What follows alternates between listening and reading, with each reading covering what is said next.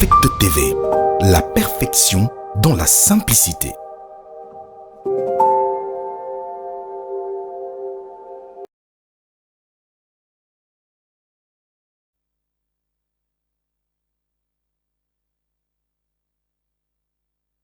Suivre l'avant-dernier numéro de la semaine de votre magazine Perfect Actu, cette émission axée sur le décryptage des grandes questions d'actualité. Nous allons aujourd'hui nous attarder autour des élections 2023. L'opération d'identification et d'enrôlement des électeurs se poursuit.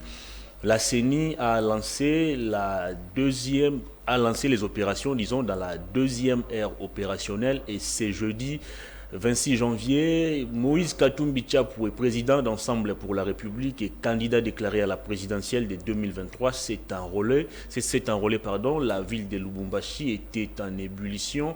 On va essayer de revenir un peu sur le déroulement de cette opération d'identification et d'enrôlement des électeurs qui a été lancée aussi dans 3 autres pays, à savoir l'Afrique du Sud, la Belgique et la France. On va aussi faire le point sur cette sortie médiatique de l'ancienne première dame Marie-Olive Lembe Kabila qui veut voir clair dans le dossier relatif au salaire de son époux, le sénateur à vie Joseph Kabila, qui, selon plusieurs sources, toucherait $680 000 en termes de salaire. Entre-temps, son épouse dit ne jamais avoir vu son mari avec cette somme à la maison, et elle exige même des preuves sur le paiement de ces émoluments. On va aussi faire le point sur l'attaque de l'avion de chasse congolais, une attaque qui a été revendiquée par le Rwanda. La réaction du gouvernement congolais, est-ce que c'est approprié par rapport à cet événement?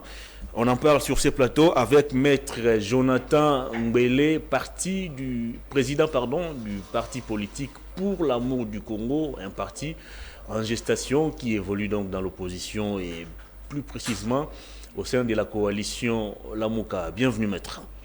Merci à vous, cher Hervé. Merci également à nos nombreux téléspectateurs qui diraient sont nos compatriotes, qui ont cru à notre combat et qui continuent bien évidemment à nous accompagner. Merci également à la grande équipe technique, grâce au concours duquel nous allons parvenir au ménage de nos compatriotes, échanger avec eux, débattre nation, pour finalement trouver les issues vers son développement. Très bien. Et je refuse que vous pensiez que je suis de l'opposition.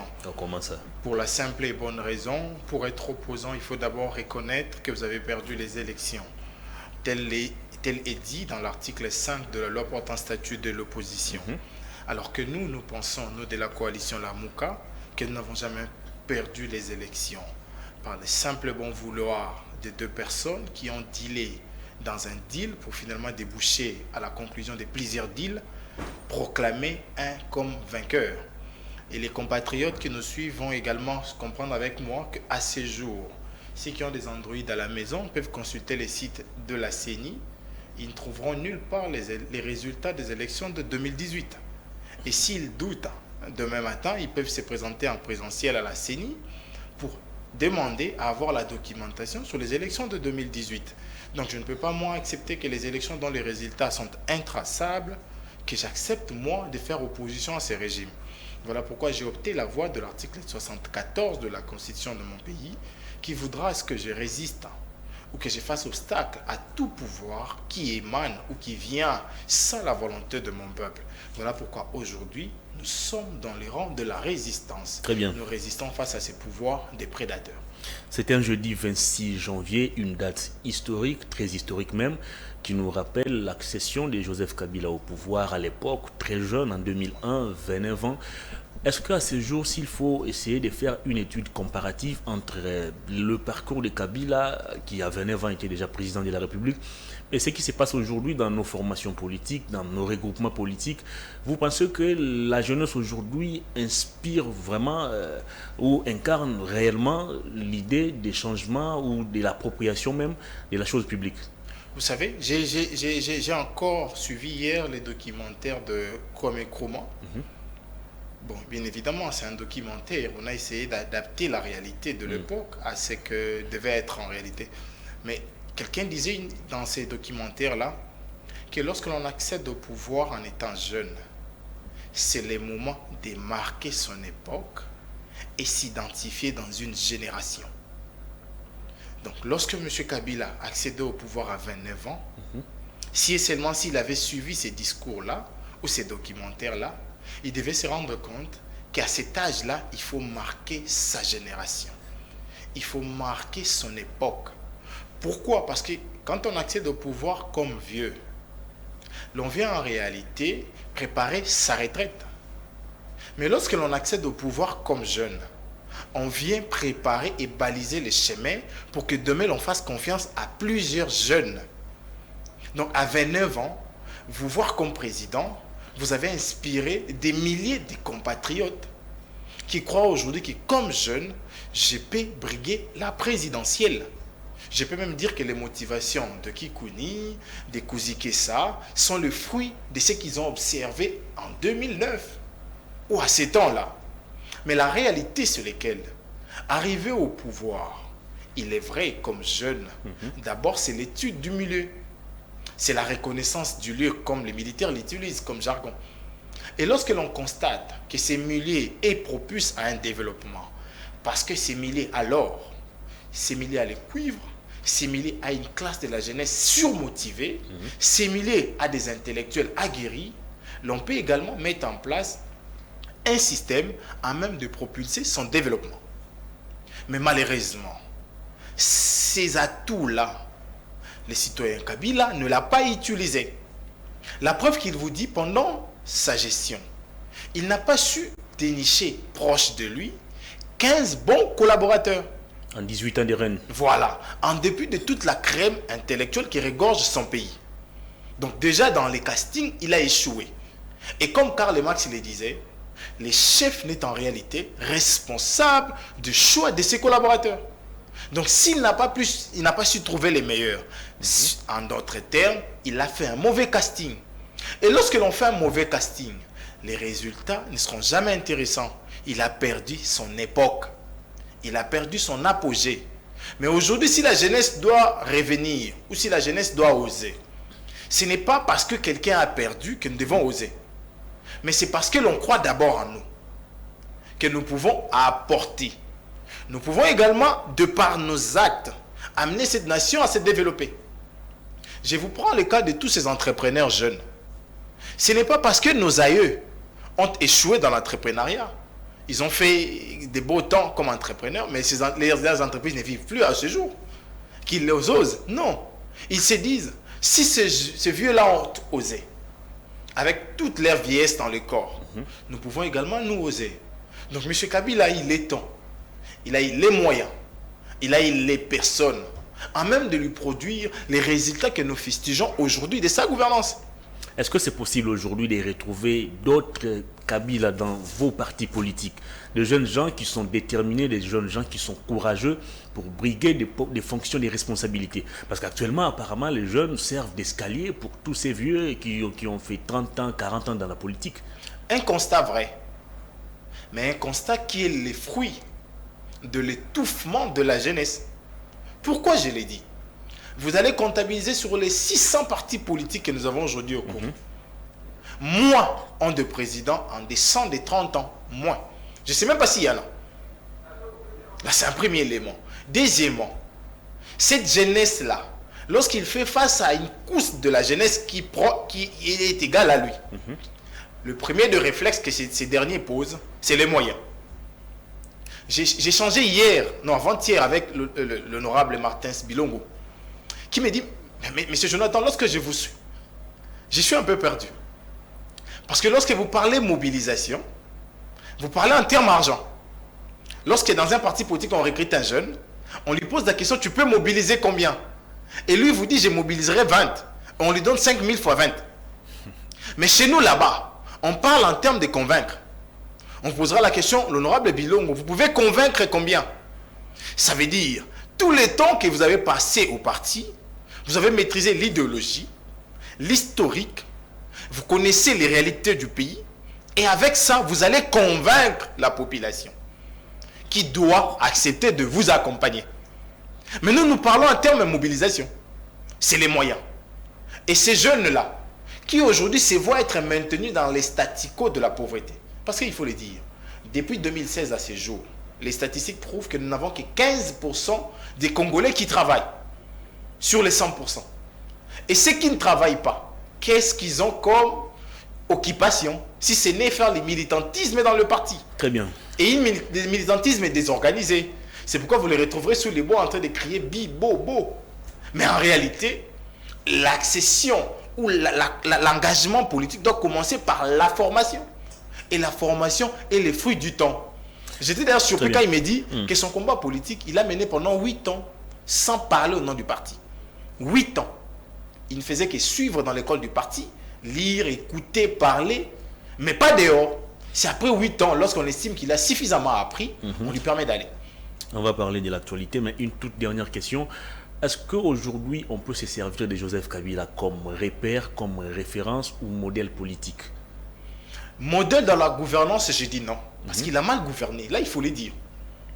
Mais modèle par l'acte patriotique qu'il a posé, nous pouvons l'accepter. En acceptant qu'il y ait passation civilisée et démocratique. Mais il faut également ausculter cette passation-là. Est-ce qu'elle a été opérée pour son bon vouloir ou il y a eu des contraintes? Je dirais qu'il y a eu des contraintes. Parce que pour obtenir cette passation, nous avons vu Rossi Mukendi tomber. Nous avons vu Thérèse Kapangala tomber. Nous avons vu des mères et des femmes violentées parce que nous voulons avoir cette alternance. Mais lorsque l'alternance arrive, il faut quand même dire que c'est parce qu'une personne était là qu'on l'a faite. Et je le dis toujours, il est de bonne loi, que ne serait-ce que pour cette passation-là, on l'encourage à rester au pays. Pourquoi? Parce que nous pouvons le prendre pour assister à la deuxième, qui aura lieu en janvier 2024. Lorsque les vrais arriveront, lorsque les bons arriveront, et lorsque la compétence arrivera. Très bien, puisqu'on parlait déjà de Joseph Kabila, on reste toujours dans son dossier, cette fois-ci pour essayer un peu d'aller ou de creuser les propos tenus par son épouse Marie-Olive Lembe Kabila à l'occasion, je crois, d'un échange de vœux avec ses agents. Olive Lembe qui dit haut et fort que Joseph Kabila, son époux, notre ancien président de la République, n'a jamais touché les 680 000 dollars qu'on nous a racontés ici par l'actuel régime. Est-ce que dans cette histoire, qui dit vrai, qui dit faux? Au premier vue, je plaide pour l'arrestation immédiate et sans condition du ministre des Finances. Comment ça? Pourquoi je l'ai dit? Parce que j'ai suivi son intervention sur une radio de la place. Avec beaucoup d'audace. Monsieur le ministre vous dit que j'ai modifié la loi. Bien évidemment, cette loi qui a respecté les formalismes requis pour qu'une loi ait force de choses. Ça veut dire, ça a commencé par une proposition, on l'appellera proposition Moutinga. Ça a été adopté à l'Assemblée nationale, envoyé au Sénat pour seconde lecture, et le Sénat a validé, ou peut-être a toiletté, et envoyé à la présidence pour promulgation, chose faite. Sans qu'il ait été possible de les réviser. Soit par une autre motion ou une autre proposition, ou un autre projet de loi qui pouvait émaner du gouvernement. Mais monsieur le ministre dit qu'il a modifié. Et c'est d'où sort toute cette problématique. Du gangstérisme. Voilà, de l'autocratie. En fait, comment on appelle ça? La loi du plus fort, en fait. Où les lois n'ont plus de valeur. Si monsieur le ministre peut décider de modifier une loi, à bon lui semble, posons-nous la question, qu'est-ce qui n'est pas décaissé sans qu'il puisse suivre le processus normal? C'est ce même ministre-là qui vous a parlé de cette histoire de 680 000 dollars. À l'époque, je me rappelle en 2020, j'ai pris moi le courage de me rendre au ministère des Finances. Et j'ai posé la question. On me dit jusqu'au départ du ministre des Finances, José Sélé Alagouli, cet argent n'avait jamais été défalqué pour les comptes de monsieur le sénateur à vie. Jusqu'au départ du ministre José Sélé Alagouli. Donc les 680 000 dollars n'ont jamais été décaissés sous Sélé Alagouli. Sous Sélé Alagouli. Alors à quel moment cet argent a commencé à être décaissé? C'est là toute la problématique. Je note également que les ministres des Finances manquent de la retenue, manquent du charisme et manquent la probité ou peut-être les caractères d'un homme des finances. Pourquoi je l'ai dit? L'argent n'aime pas le bruit. J'ai vu passer le ministre Matenda. Je ne reconnais pas une fois où le ministre Matenda a tenu un point de presse où il parle finances publiques, où il parle argent de la République. Le plus ancien de tous les ministres. J'ai vu passer le ministre des Finances Matata. Jamais vu. J'ai vu passer le ministre des Finances Yav, que j'ai vu parler pour la première fois dans le procès 100 jours pour ce qui concerne les décaissements. Mais lorsque je vois M. Kazadi venir, je note que c'est la deuxième fois dans la même radio où il parle gestion de mon pays. La deuxième fois dans la même radio. Et on pose la question aujourd'hui. Est-ce l'argent a-t-elle été défalqué pour le besoin ou pour le compte de M. Kabila ou non? Si l'épouse de la personne vous dit que j'ai jamais vu, mon époux m'en a jamais parlé, nous avons là des hypothèses. La première, et c'est que beaucoup de Congolais n'aimeront pas écouter, c'est que M. Kabila perçoit l'argent et qu'il n'informe pas son épouse. C'est la première hypothèse. Là, ça devient une affaire purement conjugale. Voilà. C'est l'hypothèse que les Congolais n'aimeront pas écouter. Mais la Talibanie vont apprécier. Et face à cette hypothèse, on vous soulevera les arguments tels que l'autre est à Kachamata, l'autre est à Kinshasa. Donc lorsque l'argent est envoyé à Kachamata, on ne dit pas à Kinshasa. Mais la meilleure hypothèse, que moi je pense être la plus acceptable et celle auquel nous devons tous nous rattacher, c'est l'hypothèse où monsieur ne touche effectivement pas l'argent. Mais si monsieur ne touche effectivement pas l'argent, pourquoi tous ces populismes de la part de monsieur le ministre des Finances? Alors, autre question, est-ce que cet argent sort directement du ministère des Finances et va chez Joseph Kabila, ou l'argent est géré d'abord au niveau du Sénat parce qu'il est sénateur à vie? Ici, je vais faire mention à un tweet que j'avais lu hier de mon aîné confrère Freddy Chiyoyo, qui est de la presse présidentielle. Il a dit que l'argent sort à partir du Sénat et c'est sa sœur jumelle, Jeannette Kabila, qui touche l'argent pour les comptes de son frère. Il faut déjà dire que Freddy Chiyoyo n'est pas journaliste de la presse présidentielle. Comment ça? Il est journaliste. Bon, il est dans la presse présidentielle. Vous savez, avec la présidence de la République, on a même vu les ordonnances où on lisait la nomination des infirmiers. Donc ça veut dire que ceux qui sont de la présidence, ils ont pour courage ou ils ont pour besoin, ils acceptent plutôt que l'on puisse lire leur nomination à la télé. S'il est rattaché à la présidence, je suis d'accord. Il est rattaché à la présidence, voilà. Alors disons ça. Mais qu'est-ce qui lui rattache déjà à la présidence? C'est aussi un débat. Mais venons-en au contenu de son message. La loi qui organise les statuts des anciens chefs d'État et chefs des corps. Il faut déjà faire cette lecture complète. On ne parle pas seulement de chefs d'État, mais chefs de corps. Et là-dedans, on retrouve les anciens présidents de l'Assemblée nationale, les anciens présidents du Sénat, les premiers ministres. Les premiers ministres, la Cour constitutionnelle, l'ancien Cour suprême de justice aussi. Tous ces gens-là font partie de cette loi. Premier élément. Et leur ligne de dépenses n'obéit pas à leur corps rattaché. Ça veut dire que l'ancien premier président de la Cour suprême de justice ne va pas être payé comme tout magistrat. Non. C'est pas ce que dit la loi. En tout cas, à mon avis, à ma lecture, ce n'est pas ce que j'ai lu de la loi. Alors, que dit exactement la loi? Voilà. Il entre dans la logique de ce que la loi appelle les corps spéciaux, s'il faut l'appeler comme ça.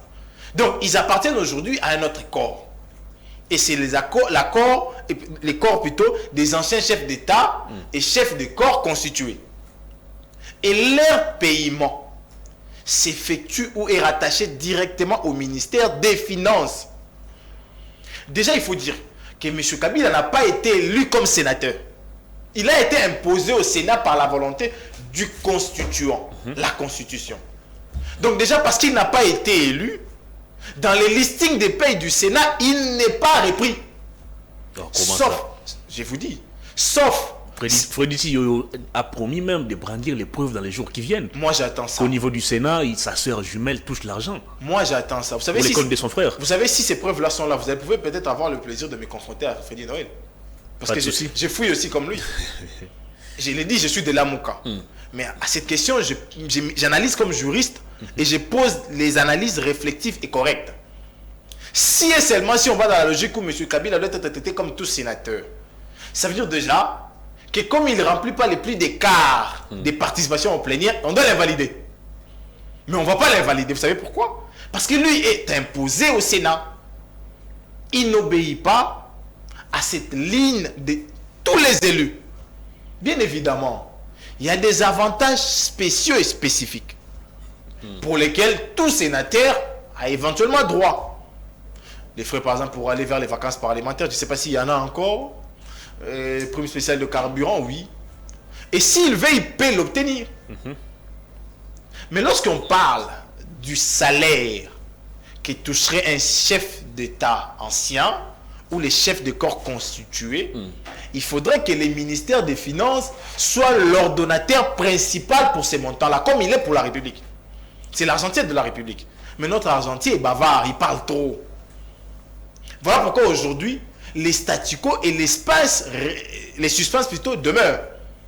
Parce que nous voulons nous avoir quoi? Deux éléments. Un, cette fiche de paye signée par soit M. Kabila lui-même, soit par la personne qui porte procuration de M. Kabila. Deux, la chaîne de dépenses de cet argent-là. Est-ce qu'il a perçu via un virement bancaire où il faut avoir les relevés et remonter tous les 4 ans? Est-ce du Maboko Bank?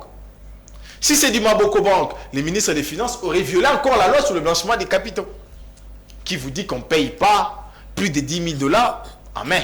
Il faudrait passer par la banque. Voilà pourquoi l'épouse de M. Kabila vous dit, j'ai jamais vu cet argent-là. Mais j'ai aimé les bémols là, lorsqu'il dit, avec 680 000 $, vous savez ce que je suis en mesure de faire. Parce que c'est d'un produit de merveille, quand même, ça il faut le dire, au travers de ses œuvres et de ce qu'il a comme fondation. Donc cette somme, en réalité, dérange, parce que c'est quand même trop.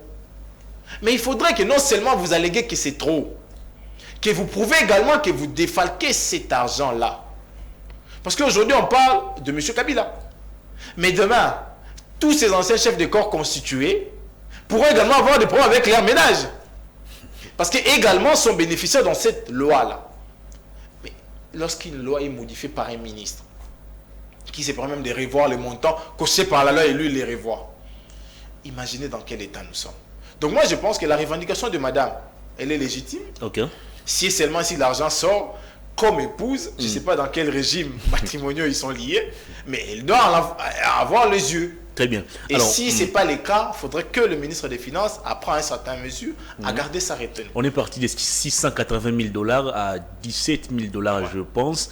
Entre-temps, l'actuel président de la République ne connaît pas son salaire. Bon, nous ne savons pas de quelle manière il vit.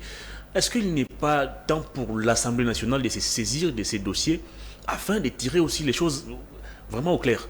Je vous donne deux raisons pour lesquelles on ne peut pas se saisir de cette question. La première, c'est parce qu'ils sont conscients qu'en 2024, les leurs, l'actuel citoyen dirigeant, bénéficiera de cette loi-là. Et de deux... Non, mais il semble que lui-même, il aurait instruit, bon, pas il aurait, mais il a instruit les ministres des Finances de procéder à la réduction ou de revoir un peu les trains de vie des institutions, retoucher les salaires de pratiquement tout le monde. Déjà, il faut dire... Il n'est pas concerné par... De par nos textes. C'est 680 000 $. De par nos textes, il n'a pas le droit d'instruire pour ceux qui sont bénéficiaires de par la loi. Il faudrait simplement soit abroger ou amender ces lois-là. Voilà pourquoi lorsque Sesang a parlé de la délinquance financière, beaucoup l'ont mal interprété. Parce que tout part de l'Assemblée nationale. Cette loi a été proposée en son temps par un parlementaire. Il est aujourd'hui ministre. Ils sont détenteurs d'une majorité. Bien évidemment, acquis sur pied de billets des banques. Et d'un braquage presque textuel et illégal. Il faudrait que d'autres députés portent également en elles le courage de dénoncer par des propositions qui pouvaient amender. Je vous donne un cas. Monsieur Mamba a dénoncé sous Kabound la question du financement des sessions extraordinaires. Vite, on est parti de 12 à 7. Après lui, il y a eu d'autres dénonciations. Et aujourd'hui, il semblerait que même les sessions extraordinaires, on ne finance plus. Vous comprenez un peu? Donc, s'il faille réduire, surtout pour ceux qui sont très connus de par la loi. Je vous prends un cas. La loi des finances, par exemple, qui organise les paiements des sénateurs, députés et tout. Vous voulez réduire les trains de vie des institutions et que vous ne révisez pas cette loi-là. Vous savez ce que vous faites? Vous violez la loi. Il faut commencer par bouger la loi des finances, revoir là-bas. C'est la question que j'allais vous poser. Est-ce qu'il y a flagrance dans les propos du ministre des Finances qui dit ouvertement qu'il a modifié, de par sa propre volonté, la loi? Vous savez, dans les États sérieux, au moment où il finit son speech, on l'interpelle et on le coffre. C'est un peu comme quelqu'un vous a dit un bon matin, Je connais les députés qui sont dans le groupe rebelle. Et je vous demande de quitter. Jour pour jour, 3 ans passés. Aucune juridiction est courageuse pour l'appeler et répondre sur ces allégations. Et pendant ces 3 ans, nous perdons des vies humaines, nous perdons de biens et nous perdons de richesses. Quelqu'un qui connaît nos détracteurs, parce que vous ne voulez pas activer la machine judiciaire, vous nous laissez mourir. Lorsqu'un ministre prend le courage de vous dire que j'ai violé la loi, l'Assemblée nationale a un rapporteur. Est-ce que l'Assemblée nationale a dénoncé le fait que le ministre des Finances s'est arrogé les droits de modifier une loi qui est proposée et ont voté? Et si on ne devait pas s'arrêter là, on va au Sénat. Les sénateurs également ont un rapporteur et même un président. Lorsqu'un ministre des Finances, qui est investi par eux, par le Parlement, vous dit que j'ai pris vos prérogatives, je vous les arracher sans permission et sans autorisation. Personne au Sénat également ne pipe mot. Ça veut dire simplement qu'ils sont complices. Ils sont complices de quoi? De la violation des textes et deuxièmement de l'usurpation de pouvoir qui n'est pas sienne. Très bien. Donc moi je pense qu'aujourd'hui, les ministres des Finances, comme on l'a fait avec les ministres xénophobes, parce que les ministres xénophobes, il semblerait qu'on les a réprimandés en plein conseil des ministres. Il faut également non seulement les réprimander, mais lui demander d'aller répondre devant la justice.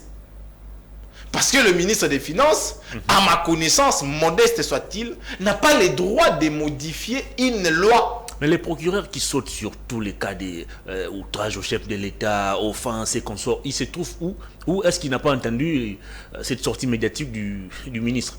Je vais vous dire qu'aujourd'hui, la justice sélectionne et choisit les dossiers. Je vais vous surprendre. Pourquoi? Parce que, de ma modeste connaissance, lorsque l'on vole l'argent, et même lorsqu'on la restitue, l'infraction n'émère pas. Mais aujourd'hui, on vous dit des longueurs de journée, et que c'est parce qu'il a détourné d'enfants Covid et qu'il a retourné l'argent, on les laisse partir.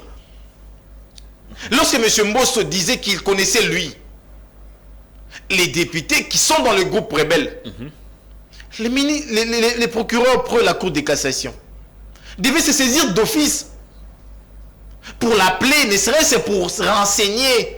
Monsieur Mbosso, j'ai appris.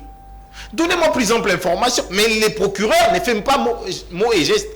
Très bien, et lorsque le ministre des Finances pose également sa forfaiture, je vous rassure, qu'il pourra même être à la limite débarquer de ses fonctions. Bon, les remaniements arrivent. Attendons voir. Il ne répondra pas devant la justice. Mais dans l'entretemps, la forfaiture est constatée et consommée.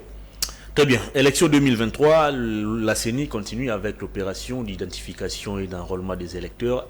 Dans la première ère opérationnelle, on a prolongé le processus de 25 jours. Entre-temps, dans la deuxième ère opérationnelle, la CENI venait de lancer les activités. Hier, mercredi 25 janvier, aujourd'hui, Moïse Katumbi s'est enrôlé. D'abord, les mêmes 25. Le Premier ministre Sam Maloukonde s'était enrôlé. D'une manière globale, vous faites quelle lecture de ces processus électoraux? Est-ce que nous sommes sur la bonne voie? Est-ce que la CENI garantit telle l'organisation des meilleures élections? Vous savez, déjà, il faut dire, comme nous l'avons dit il y a plusieurs semaines déjà, que ce calendrier était irréaliste. Et que même Nanga Junior, dans son fort intérieur... Nanga Junior? Oui. Nanga Junior, c'est qui? Mais celui qui gère la centrale aujourd'hui, il s'appelle Denis il Kadima. fait tout comme, et on peut dire plus que Nanga père. Voilà pourquoi moi je l'appelle Nanga Junior. Donc, il était conscient que sans ces délais impartis, n'allait pas nous permettre de mieux faire. Je vous donne un cas avant, bien évidemment, de citer par ceux qui se sont fait enrôler et mettre un mot dessus. Pour la première zone opérationnelle ou ère opérationnelle, on devait enrôler 18 millions de personnes en 31 jours. Vous faites les 31 moins 4 lundis, parce que chaque lundi, la centrale ne fonctionne pas consacrée aux évaluations. Nous avons à peu près 26 jours pour l'enrôlement. Et on attend enrôler 18 millions de personnes. Seule la ville de Kinshasa, lui, devait faire enrôler 7 millions de personnes. Donc pour les 9 autres provinces, c'est 11 millions. Mais pour la ville de Kinshasa, à 26 jours, 26 premiers mois, 26 premiers jours, il n'a enrôlé que 450 000 personnes. Même pas 1 million sur les 7 millions attendus. Problème lié à la logistique, des machines qui posent problème. Des machines d'abord qui, disons, de la carence des machines. La CENI déplore jour et nuit la lenteur du côté gouvernement dans le paiement ou le décaissement des fonds qui doit la permettre de s'acquitter des certaines tâches. Ça fait un peu rire, hein? Parce que lorsque l'on constate que les machines qui aujourd'hui sont utilisées sont produites par ces mêmes opérateurs économiques coréens. Miru System. Voilà, que Nanga Père a utilisé. Mais ces mêmes opérateurs-là nous ont produit en son temps les cartes avec double plastification. Mais aujourd'hui, on ne plastifie que le verso. Les versos, pas les rétos. Là, c'est de un. Des deux. Ces mêmes opérateurs nous ont produit, il y a 5 ans ou 7 ans passés, des cartes avec photo en couleur. Mais aujourd'hui, ils nous produisent des cartes avec photo échographie. Il fallait réduire les coûts, selon les présidents de la CENI. Voilà. On réduit les coûts et on attache sur la qualité. Les mêmes opérateurs nous ont produit en son temps les machines où on pouvait retrouver dans un centre 6 salles de classe avec chacune 3 machines. Où une salle était à même d'enrôler 300 personnes la journée. Mais aujourd'hui, nous sommes entre 60 et 80. Est-ce que nous avons avancé ou nous avons reculé? Les mêmes États congolais, avec un budget de 3 milliards 500 en 2017, étaient en même de financer les élections. Et même les opérations qui ont conduit à ces élections-là, avec un budget de 3 milliards 500. La prévision, il faut le dire avec Chibala, c'était 6 milliards. Mais la mobilisation, c'était à 55%. Donc à peu près 3 milliards 500 ou 3 milliards 700. Mais aujourd'hui, seulement avec Samaloukonde 1, 2021, le budget, nous avons fait la prévision de 14 milliards, mais nous avons mobilisé 10 milliards net complets. Et dans ces 10 milliards, cher Hervé, la première institution du pays a bouffé en elle seule 3,5 milliards, soit 35% de ces budgets-là.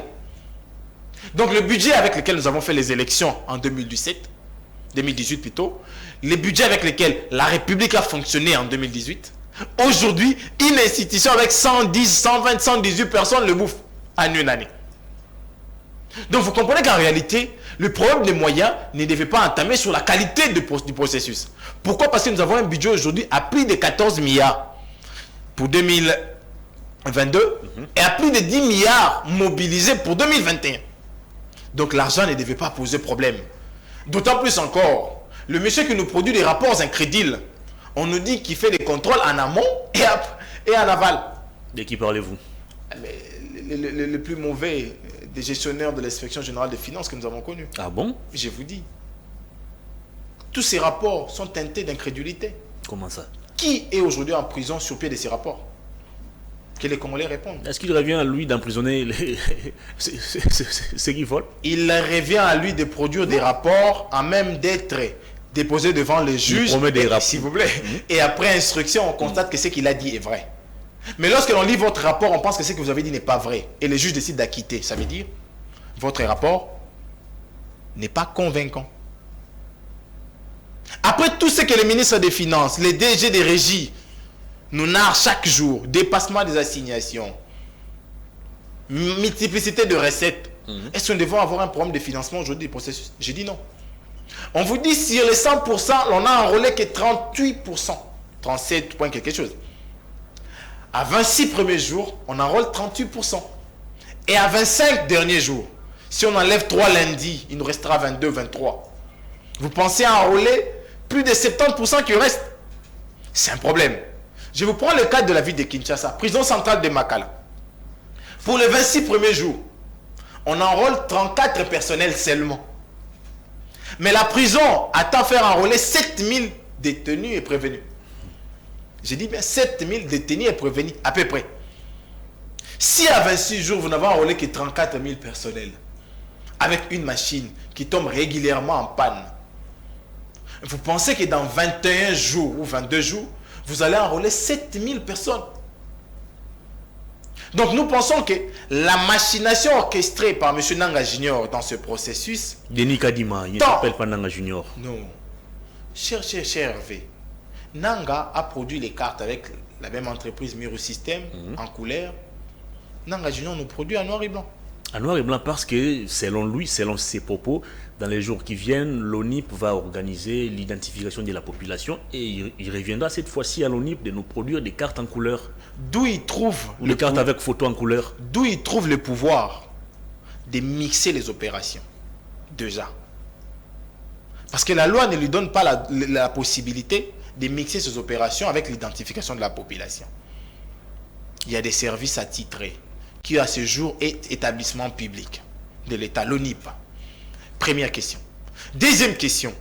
D'où est-il le droit de conditionner la qualité de notre carte à l'obtention de la carte pour citoyen? Et ça, vous allez avoir un monsieur qui s'est dit être porte-parole du gouvernement qui vous dit non, acceptez ça comme ça parce que vous allez avoir la carte pour citoyen bientôt. D'où il tire ces pouvoirs-là? C'est en fait le modèle de cette gouvernance où l'on viole les textes quand on veut, on mélange du tout. Il n'a pas le pouvoir, lui, de conditionner la qualité de la carte à l'obtention de la carte pour citoyen. Plus encore, sa carte à lui identifie ses prérogatives et son pouvoir. Il n'a pas à s'y mixer dans le pouvoir de l'ONIP. Ça, il faudrait que quelqu'un ait le courage de dire ça en Nanga Junior. Pour ceux qui se sont fait enrôler, c'est de leur droit pour avoir la possibilité de décider. Le débat sur la nationalité, sur la prétendue nationalité douteuse de Katumbi est terminé, on dirait. Ceux qui ont soulevé ces débats-là sont racistes, sont xénophobes. Et à la limite, on peut dire qu'ils sont narcissiques. Vous savez pourquoi? Parce que dans le monde aujourd'hui, l'on vise l'élan du développement. En Afrique du Sud aujourd'hui, la moitié de la population n'a pas ta peau. Mais ils sont africains. Et ils travaillent pour le développement de l'Afrique du Sud. Si vous allez aujourd'hui au Gabon, il y a des métis, et même dans les gouvernements. Si vous allez au Congo en face, il y a des métis. Pourtant, ils travaillent pour le développement de leur nation. J'ai lu la tribune de notre aîné, M. Loaka Thomas, qui a donné ces comparaisons-là. Mamadou Ndala, qui a donné de sa vie pour la nation, n'était pas 100% congolais. Ok? Mais plusieurs Congolais restent au Congo, fouillant le front. Est-ce qu'on peut déjà aller là-bas, sur ces niveaux-là? On a besoin de Katumbi partout, sauf à la présidence de la République. Voilà. C'est lui qui pense qu'on a... C'est un poste qui doit être verrouillé et réservé exclusivement aux Congolais qui sont nés des pères et des mères. Moi, je pose la question à ces députés. En quoi ça dérange? Moi, je pose la question à ces députés-là, qui dit qu'il peut être partout. Il n'est pas député. Il semblerait que c'était M. Tchani et puis il a fait porter un député. Oui. Je pose la question à ces députés-là. Qu'est-ce que lui a déjà fait pour la nation, pour lesquels nous devons nous lui être redevables? En 5 ans de villégiature au Parlement. Qui nous répondent là-dessus. Et nous allons bien évidemment faire les débats. Il a fait construire des écoles à Selembao qui sont des biens privés, à la formation. Qui sont des biens privés. Bien privés d'intérêt public. Qui enrichit lui et sa famille. Bien privés mais d'intérêt public. Voilà. S'il me disait que l'école est mixte ou est en association avec l'État congolais, j'accepterais. Parce que l'État congolais aujourd'hui vise la gratuité. Vous allez mettre la gratuité chez lui? Il vous posera la question, qui a construit pour moi cette école? Première des questions. Deuxième question. Les Congolais aujourd'hui ont besoin de l'unité. Parce que dans l'unité, on peut aller vers un développement. Lorsqu'il propose son histoire là, il pense que cette proposition là va être unificateur ou séparateur. Comme dit Sekina Nabomoto. Qu'est-ce qu'il pense? Et si aujourd'hui la division règne, lui gagnera quoi? Les vrais débats, et c'est les débats que nous, la Mouka, nous portons, c'est les débats des idées qui devaient être couchés dans un programme de gouvernance. Il a avancé aussi une idée. Laquelle? Vous n'allez pas empêcher à à ses professeurs d'université de réfléchir aussi pour son pays. Son idée est Il estime xénophobe. que le Congo a été longtemps infiltré et il est temps de nous débarrasser de tous ces gens qui ont ou qui détiennent des nationalités douteuses. Les débats Voilà, est il faut xénophobe. verrouiller certaines fonctions. Vous savez, je l'ai redit encore, le débat est xénophobe. Et ce débat a été relayé par des ministres du gouvernement. Moi, j'ai posé une situation ici, c'est d'ailleurs M. Loaka qui l'a posé. En quoi ces généraux, ces colonels qui restent à Kinshasa, qui ne veulent pas aller au front, sont plus congolais que Mamadou Ndala, qui a accepté d'être sur la première ligne de défense et a donné de sa vie pour les Congo? C'est ça le vrai débat. C'est ça le vrai débat. Nous parlons de la présidentielle. Lorsqu'on parle de la présidentielle sous d'autres cieux, on voit les débats des programmes de gouvernance. Nous, dans la Mouka, nous avons un candidat. Pourquoi nous n'avons pas peur de M. Moïse Katumbi?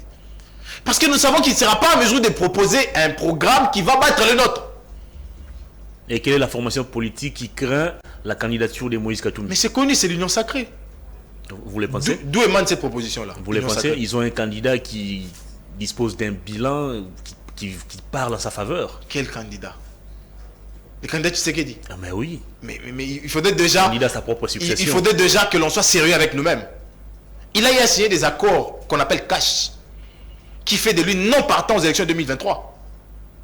Si et seulement si il respecte encore sa signature. Il faut oublier cela. Non, si et seulement si. Il faut l'oublier. Si et seulement si il respecte encore sa signature.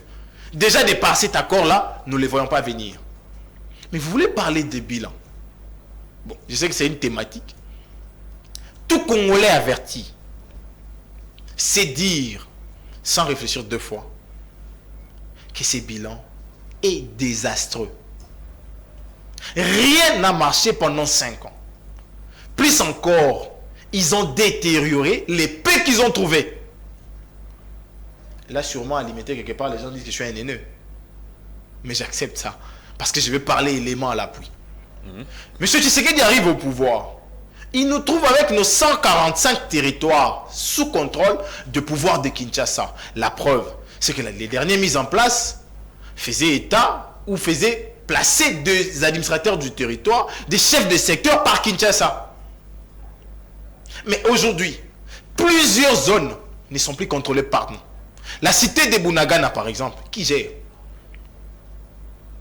La cité de Kibumba, Rutshuru, Mahagi, et je ne sais pas quoi d'autre. Plus encore, lorsqu'il arrive, il nous trouve avec des gouverneurs civils qui géraient ces provinces et qui avaient la même mise sur toutes ces provinces-là. Il décide de nous amener vers l'état de siège avec une gouvernance hautement militarisée et qui conduit à quoi? À la perte de plusieurs territoires et cités congolaises. Du point de vue sécuritaire, nous sommes nous mis en sécurité ou pas? Et si nous sommes à l'insécurité, c'est parce qu'il n'a pas un programme clairement défini en matière sécuritaire. Ce qui fait de lui un perdant du point de vue sécuritaire. Venons au point de vue social. Je prends le secteur de l'emploi. Les statistiques font état, à ces jours, tout comme ça a été le cas en 2018, que seuls 15% des Congolais pouvaient sortir pour dire que je vais travailler et rentrer le soir, attendre un salaire à la fin du mois. Pendant 4 ans, il n'a pas été en mesure d'ajouter ne serait-ce que 2% des Congolais à l'emploi. Social toujours. Les travailleurs qui donnent de leur temps, de leur énergie pour le travail, se retrouvent soit sous-payés, soit impayés, soit mal payés. La preuve, c'est le professeur d'université qui décide volontairement de répondre pour sauver l'année. L'État congolais n'arrive toujours pas à répondre à leurs problèmes. Je prends les médecins. N'est-ce pas là un problème? Je vais dans la fonction publique. La Sonaïdro, l'ONATRA, la DGD, aujourd'hui il y a des impayements. Tout ça, c'est à mettre à l'actif du bilan de M. Antoine, qui a encore échoué. Je vais dans les infrastructures. Aujourd'hui, il arrive au pouvoir, il nous trouve avec plus de 5000 km de routes asphaltées. Aujourd'hui, il a ajouté combien de pourcents de kilomètres de routes asphaltées? Pire encore, il va à Kalambambouji pour inaugurer une route en terre battue, zélo.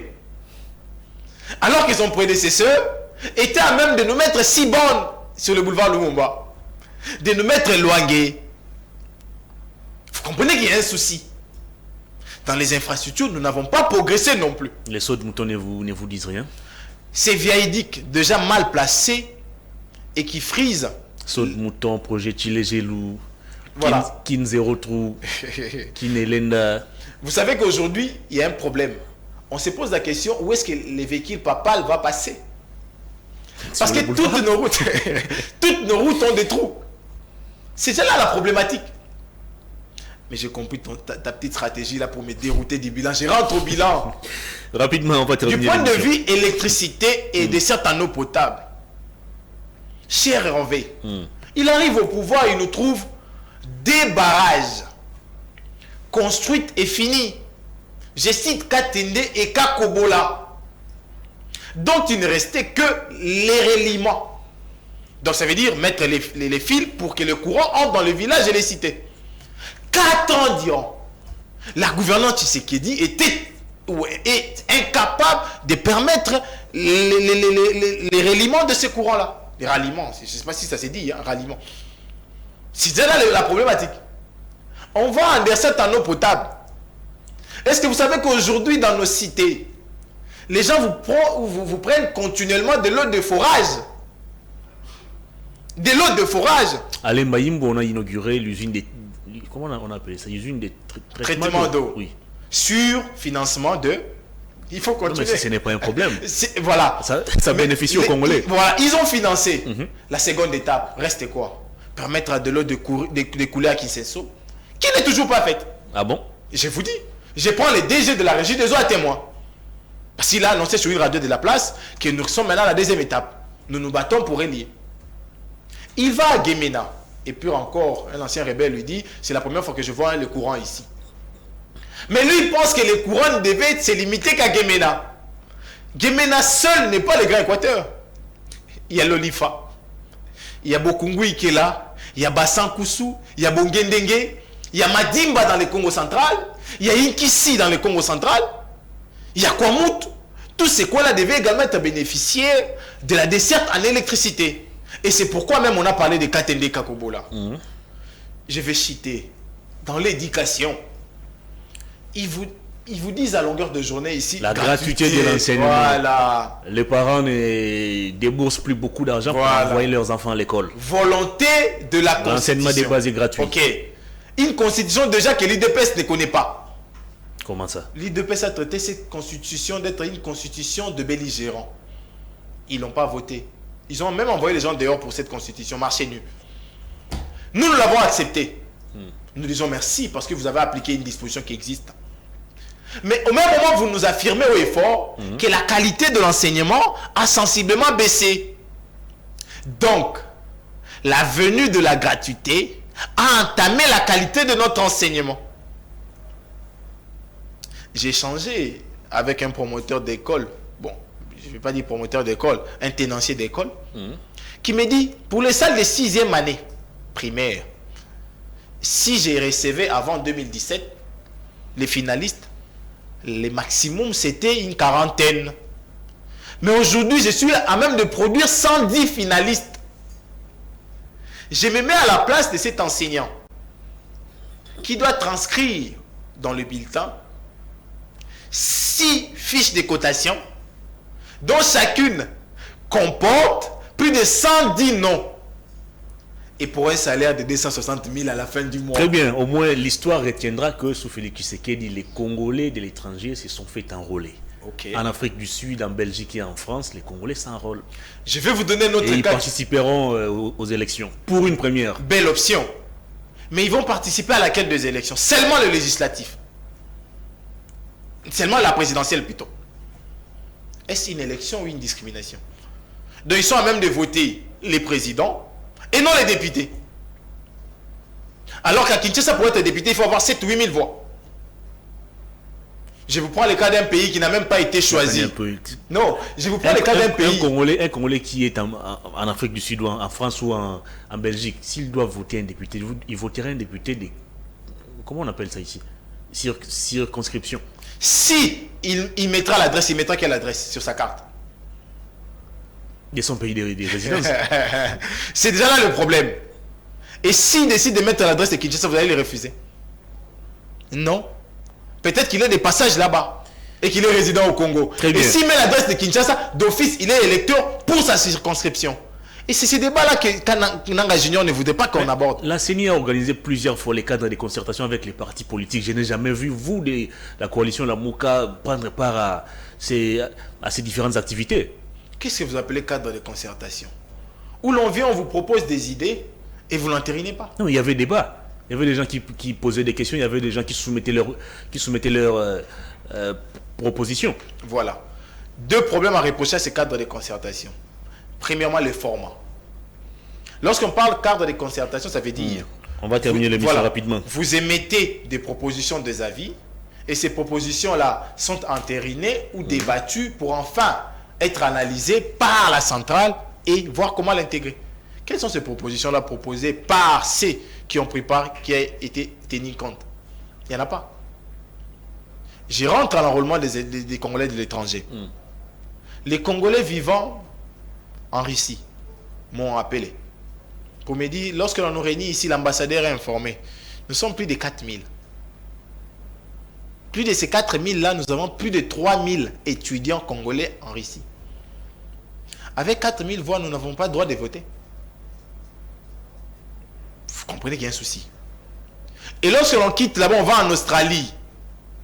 Une forte communauté congolaise y habite. On parle là de plus de 500 Congolais. Ils n'ont pas de droit. Mais lorsque vous choisissez la France, l'Afrique du Sud, la Belgique, quels sont les critères qui vous permettent de croire qu'eux ont un nombre élevé que d'autres pays? Premier élément. Deuxième élément. Êtes-vous rassuré que tous sont en situation régulière, en même de faire le mouvement pour venir vers les ambassades? Parce que d'après nos informations, sur les 100% des Congolais qui habitent l'Afrique du Sud, plus de 75% sont en situation irrégulière. Plus de 75%. Mais les critères pour obtenir la carte d'électeur a été établi par la CENI. Ce n'est pas tout le monde qui va sans études, sans réflexion. À l'ambassade. Sans études, sans réflexion. Parce que s'il fallait faire le choix entre l'Afrique du Sud et la Russie, par exemple, vous allez choisir lesquels? Là, on vous dit qu'ils sont des étudiants. L'ambassadeur connaît. Très bien. Donc, on comprend directement que la logique ici, c'est de choisir les siens et d'amener la population à être moins participative. Considérant le fait que nous irons aux élections à un seul tour, pour que leurs candidats, les candidats de groupe Union Sacrée, CENI et consorts, puissent avoir la possibilité d'être élus. Très bien. On a terminé l'émission en 1 minute. Commenter cette question de l'attaque de notre avion de chasse par l'armée rwandaise, une attaque qui a été revendiquée par le Rwanda. Vous avez suivi, vous avez lu le communiqué de notre gouvernement. Vous pensez que la réponse du gouvernement était appropriée par rapport à cette attaque? Déjà, notre réponse était faible. Parce que si vous lisez la revendication de cette attaque par l'Angola, le Rwanda, vous sentez ces doses d'orgueil exagérées. Ils n'ont pas refusé, ils ont accepté que c'est eux. Mais nous disons, nous allons dans les futurs réagir. Entre-temps, nous demandons à la communauté internationale de maintenir la pression sur le Rwanda. Voilà. Dans l'entretemps, nous avons perdu des vies humaines. Dans l'entretemps, nous avons perdu un engin. Il n'y en avait que 2, Sukhoi. Et il y a un qui est au sol maintenant.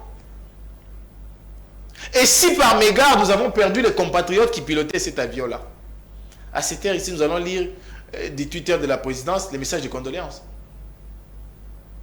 Et ça allait s'arrêter là. La meilleure des solutions, nous l'avons dit, il faudrait que la RDC s'assume et s'autodétermine. Très bien. Parce que le Rwanda ne fera pas les garçons de cœur. Il a déclaré la guerre depuis des années au Congo. La preuve, c'est qu'il permet à ses militaires d'entrer sur le sol congolais sans permission. Il permet à ses espions de rester au Congo sans permission. Et vous attendez quoi de plus d'eux? Donc moi, je pense qu'aujourd'hui, il faille que l'État congolais réagisse. Et cela passe par des décisions fortes et courageuses. Parce qu'aujourd'hui, sa diplomatie a montré suffisamment ses limites. Parce qu'il a dit lui-même, ma diplomatie a échoué parce que mes interlocuteurs n'ont pas été sincères. Donc l'aspect diplomatique, il faut l'oublier. Très bien. Il faut maintenant passer par l'option militaire. L'émission est terminée. Jonathan Mbele, merci de votre disponibilité. Merci à vous également. Bon vent à Préfect Actu. Merci. Je suis content et j'encourage également le promoteur de la chaîne pour le combat qu'il mène. Et je lui dis également que ce n'est pas un péché de rappeler à certaines personnes leur passé. Ce n'est pas un péché.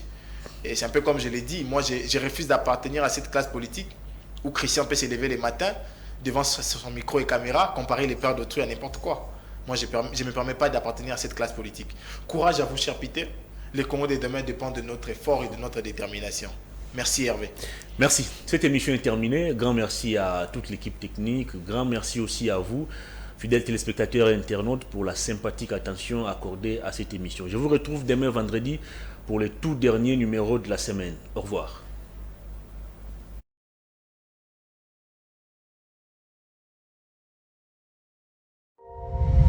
Perfect TV, la perfection dans la simplicité.